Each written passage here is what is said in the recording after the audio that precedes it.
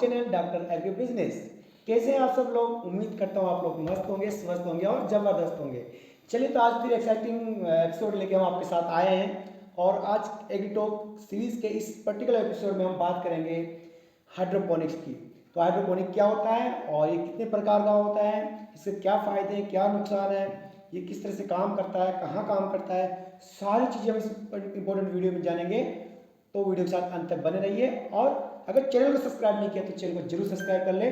तो सबसे पहले हम आपको आज का हमारे जो एक्सपर्ट है उनसे मिलाते हैं और फिर हम वीडियो को स्टार्ट करते हैं। तो आज के हमारे एक्सपर्ट हैं doctor ion Ali Patra sir. Sir नमस्कार, बहुत बहुत स्वागत है हमारे शो में। तो दोस्तों, जैसे आप जान रहे हैं कि सर हमारे साथ हमेशा जुड़े रहते हैं और हमेशा आप लोगों के लिए तैयार रहते हैं। तो आज के इस टॉपिक के लिए सर को हमने बहुत ही कम समय में याद किया और सर हमारे लिए तैयार हो गए। तो डॉक्टर साहब, सबसे पहले बहुत बहुत धन्यवाद आप समय निकालने के लिए। और एक चीज़ है डॉक्टर साहब, जैसे हाइड्रोपोनिक्स जो है एक इमर्जिंग कॉन्सेप्ट के रूप में निकल के आ रहा है और स्टूडेंट के लिए तो ये एग्जाम पॉइंट ऑफ व्यू से इम्पोर्टेंट है ही है। साथ में जो हमारे यूथ हैं जो इनमें बिजनेस करना चाहते हैं, जो किसान भाई हैं या जो प्रोग्रेसिव फार्मर है, वो भी इसमें काफ़ी दिलचस्पी ले रहे हैं। तो सबसे पहले सर आप हमारे दर्शकों को बताइए कि हाइड्रोपोनिक्स आखिर है क्या? देखिए, हाइड्रोपोनिक्स जो है आपका ग्रीक दोनों शब्द से आया है। हाइड्रो मतलब पानी, एकदम सिंपल है, और पोनिक्स मतलब कार्य जी, मतलब पानी को लेके कार्य करना है जी। हम लोग जो नॉर्मल परंपरागत जो खेती होते हैं, किसान क्या करते हैं, जमीन में मिट्टी होता है, माँ समान, वहीं फसल लगाते हैं, वहीं उगाते हैं, वहीं से फसल लेते हैं। मगर इसमें जो कॉन्सेप्ट है पूरा अलग है। आपको मिट्टी नहीं चाहिए, जमीन की जरूरत नहीं है, कुछ अच्छा। जगह चाहिए। ओह, इसीलिए आप कोई भी बिल्डिंग, कोई भी जो खाली जगह है आप यूज कर सकते हैं। ऐसा नहीं है आपके पास जमीन चाहिए, मिट्टी चाहिए, मतलब पानी और थोड़ा जो पोषक तत्व सॉल्यूशन होता है उससे लेके आपको काम होगा। तो आप देख रहे हैं कि आज तक हमको ज़मीन की ज़रूरत होती थी खेती करने के लिए, अब जो है हम बिना ज़मीन के भी खेती कर सकते हैं। है ना इंटरेस्टिंग? इसलिए मैंने बोला बहुत ही इंटरेस्टिंग एपिसोड होने वाला है ये, क्योंकि आज हम जानेंगे बिना ज़मीन के हम जो है खेती कर सकते हैं और ये खेती काफ़ी सक्सेसफुल भी है।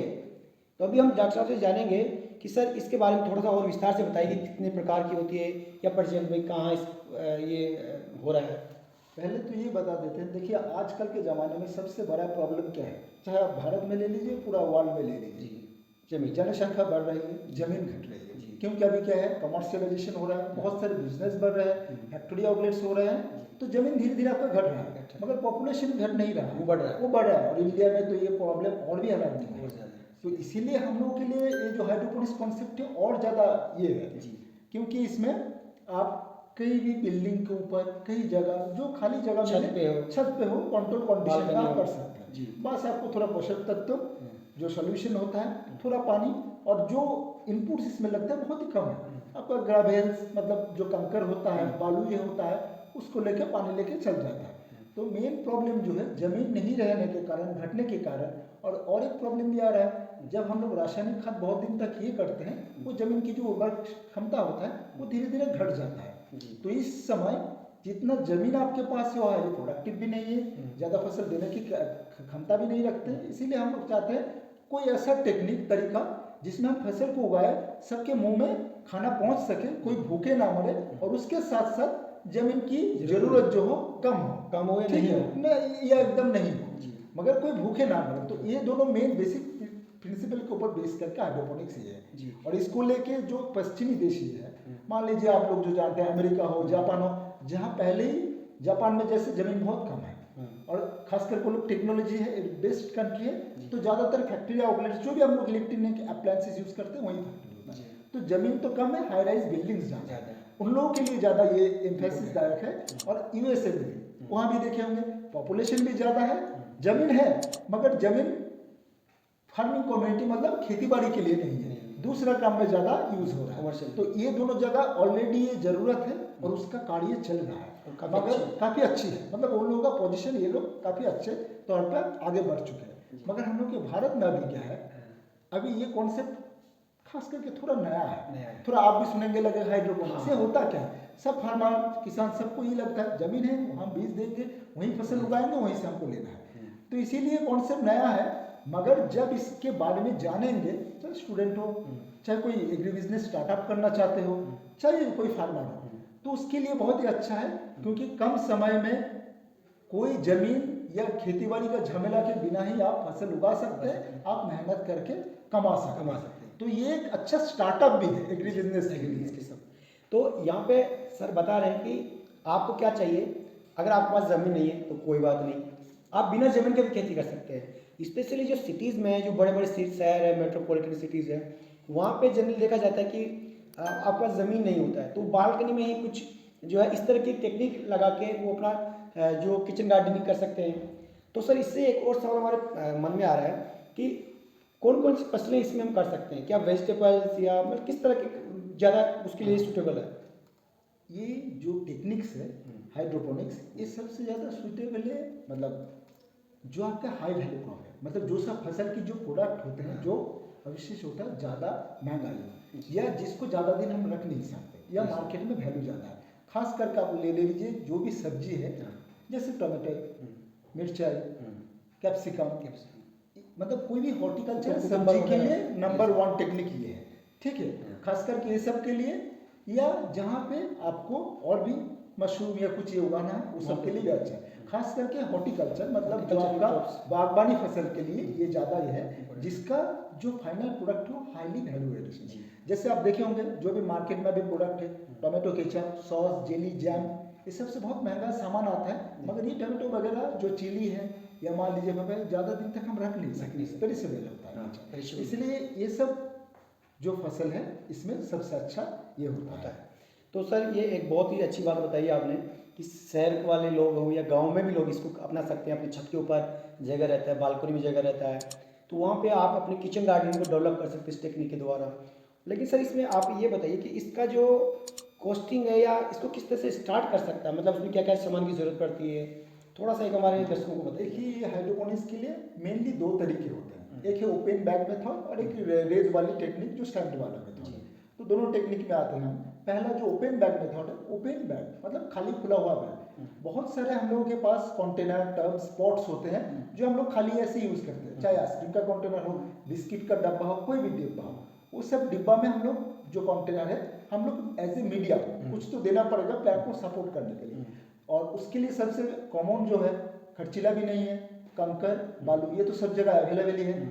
उसको देखिए उस कंटेनर या पॉट को भरा जाता है और हम लोग प्लांट को उसमें एस्टेब्लिश करते हैं। बस आपको पानी देना है, मिट्टी की जरूरत नहीं है, और आपको कुछ रेगुलर इंटरवल में जो न्यूट्रिएंट हम लोग सॉल्यूशन जो घोल बनाते हैं, जिसमें जो मेन आपका नाइट्रोजन, फास्फोरस, पोटेशियम और उसके साथ साथ कुछ secondary element calcium, magnesium, zinc, iron, इसके समानुपातिक घोल होता है 50 ppm से 100 ppm के रेंज में, वो बना के हम लोग उसको थोड़ा थोड़ा समय में देते रहते हैं जब उसको जरूरत लगे। बस यही तीनों प्रोडक्ट की जरूरत लगेगा। और जो सेकेंड वाले जो मेथड है दूसरा, वो है आपके रेत वाले जो सिस्टम है, उसमें आपका ट्री या ट्रेंच बनाया जाता है। जो अगर जिनके पास मान लीजिए कोई मैन्युफैक्चरर है या इन्वेस्टर है जिसके पास कुछ ज़्यादा ही फ्लो है, जो कंट्रोल कंडीशन में कर सकते हैं, वो लोग बड़ा ट्रे यूज़ करते सकते हैं। चाहे वो ट्रे आपका स्टील मेड हो, लोहे का हो सकता है, प्लास्टिक हो सकता है, या कोई भी जिसके अंदर पानी को रखने की क्षमता हो, मतलब वो पानी रख सके। तो उस जगह को हम लोग बाली, कंकर, नुड़ी पत्थर से भर देते हैं और उसमें जो धीरे धीरे हम लोग पौधे को उसको रखते हैं। बस उसमें एक यही बात है, वो जब बड़ा लार्ज स्केल में होता है तो हर एक पौधे में अलग अलग पानी देना पॉसिबल नहीं होता। तो उसके लिए ज़्यादा अच्छा होगा हम लोग एक वाटर पाइपलाइन ड्रिप सिस्टम ये करते हैं। तो इस मेथड में जो ज़्यादा बड़े पैमाने में करना चाहेगा, जिसकी इन्वेस्टमेंट कॉस्ट थोड़ा ज़्यादा है, क्योंकि इनिशियली आपको थोड़ा पाइपलाइन फिटिंग्स ये करने के लिए, हाँ, उसमें थोड़ा इनिशियल इन्वेस्टमेंट इसमें ज़्यादा पड़ेगा। मगर बात है जब ये आपका सेटअप एक बार हो जाएगा इनिशियली, बाद में आपको दिक्कत नहीं, वो फसल होने के बाद भी आप नेक्स्ट क्रॉप एक बार जब आपको फिट हो गया आपको दिक्कत नहीं। तो इसमें पाइपलाइंस पानी देने के लिए, न्यूट्रिशन घोल देने के लिए, ये फिटिंग्स करने में थोड़ा इन्वेस्टमेंट है। बाकी जो नॉर्मल आइटम्स है वो आपको इजीली अवेलेबल है। ये दोनों मेथड में जनरली करते हैं। जी, कहने का मतलब ये है दोस्तों कि इनिशियल इन्वेस्टमेंट कॉस्ट है, इनिशियल थोड़ा सा एफर्ट है, उसके बाद वो आपके लिए प्रॉफिटेबल है। तो ये एक तरीका है। सर इसमें ये थोड़ा सा हमको बताइए कि ये इंडिया में भी कहाँ कहाँ हो रहा है, या गवर्नमेंट इसको किस तरह का सपोर्ट दे रही है या बढ़ावा देने की कोशिश कर रही है? जैसे ही बता रहे हैं कि सबसे ज़्यादा जो मेन कॉन्स्टेंट हम लोग की कमियाँ मिट्टी और जमीन जी।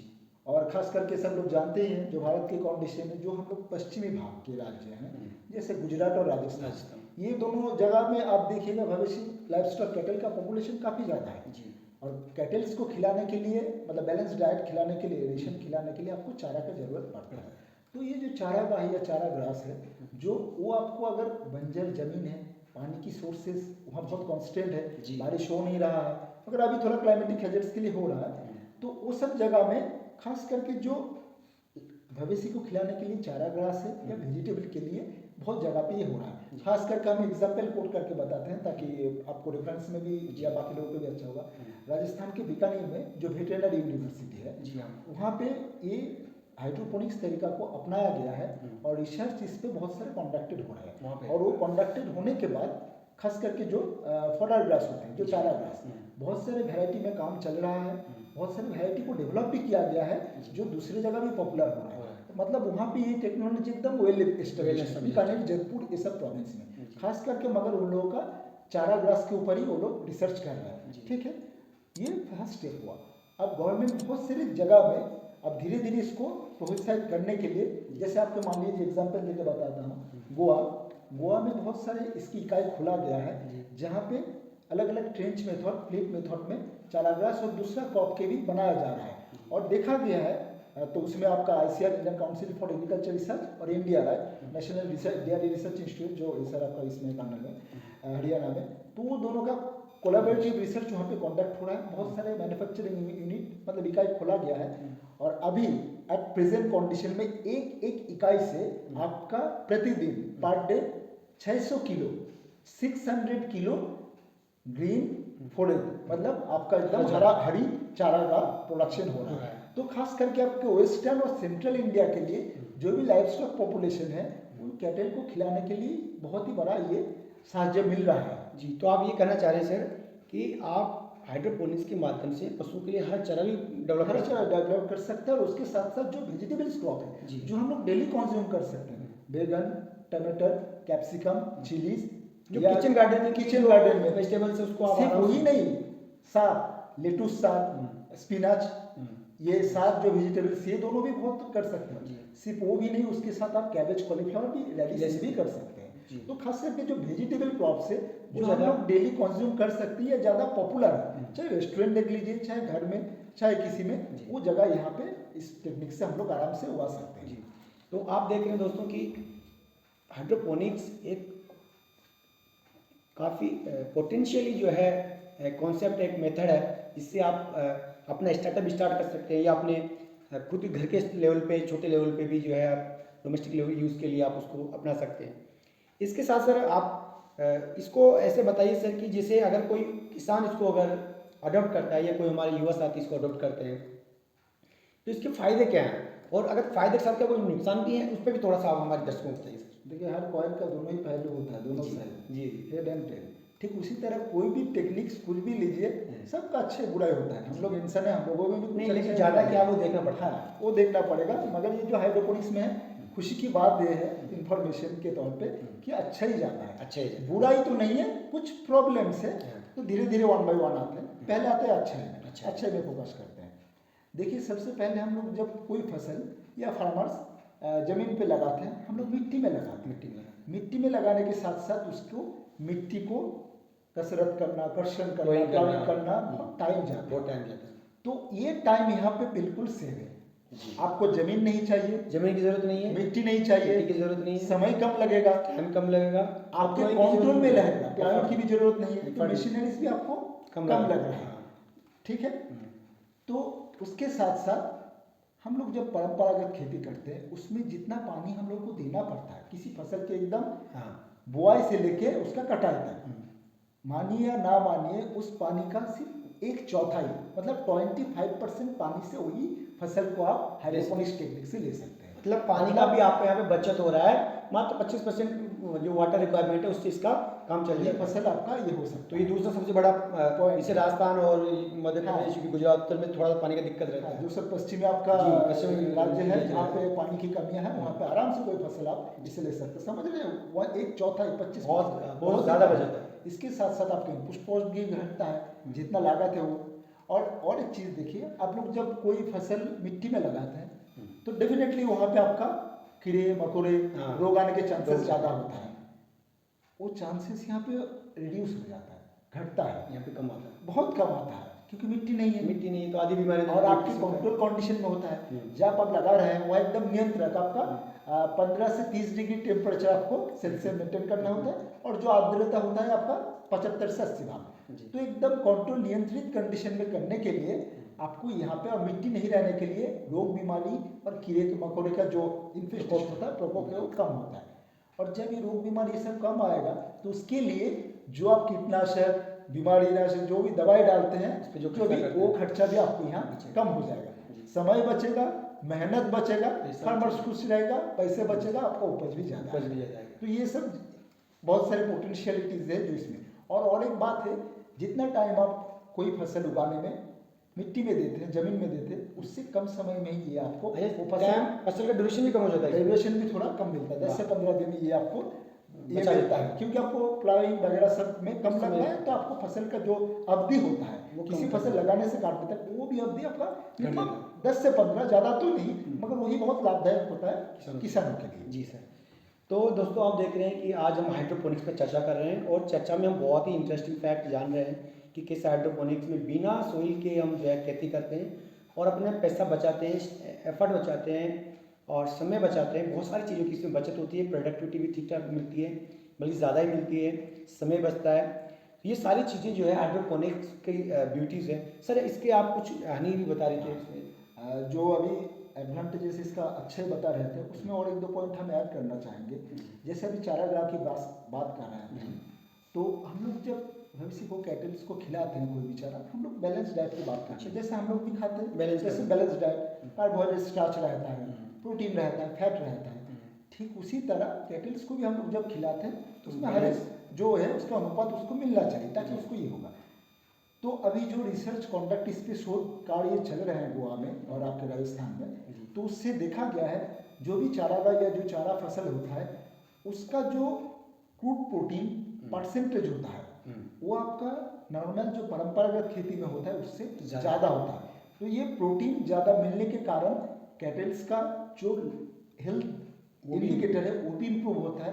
सिर्फ वही नहीं, ये भी देखा गया है वो मिल्क एनिमल, उसका मिल्क प्रोडक्शन कैपेसिटी भी इम्प्रूव होता है। और ये भी देखा गया है इसके साथ साथ उसका जो प्रजनन क्षमता और मॉर्टेलिटी रेट, ये भी आपका इम्प्रूव होता है। तो बहुत सारे एडवांटेज ह्यूमन पे नहीं है, आपको कैटल्स में भी है, ये एडवांटेज आपको मिलता है।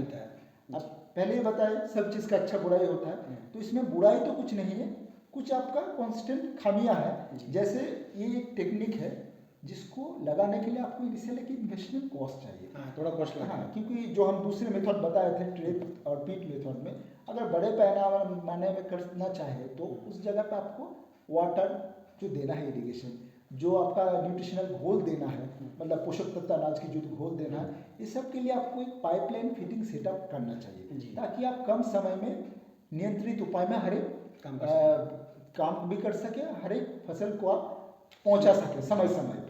तो इसी के लिए इसका जो इनिशियल इन्वेस्टमेंट और इंफ्रास्ट्रक्चर कॉस्ट है वो थोड़ा ज़्यादा है, मगर एक बार जब आपका सेटअप हो गया, बाद में जो क्रॉप आप निश्चिंत होकर लगाइए, कोई दिक्कत नहीं। इनिशियली ज़्यादा है, मगर धीरे धीरे जब आपका समय बीतता जाएगा आप उसका मुनाफा देखते जाएंगे और ज़्यादा ही मिलेगा आपको परंपरागत खेती। कहने का मतलब ये है कि इनिशियल इन्वेस्टमेंट या जो फिक्स्ड कॉस्ट है उसका वो थोड़ा ज़्यादा रहेगा, बाकी उसके बाद में वो थोड़ा सा जो है आपको फ़ायदा देगा फ्यूचर में, फिर आपका कॉस्ट कम हो जाएगा।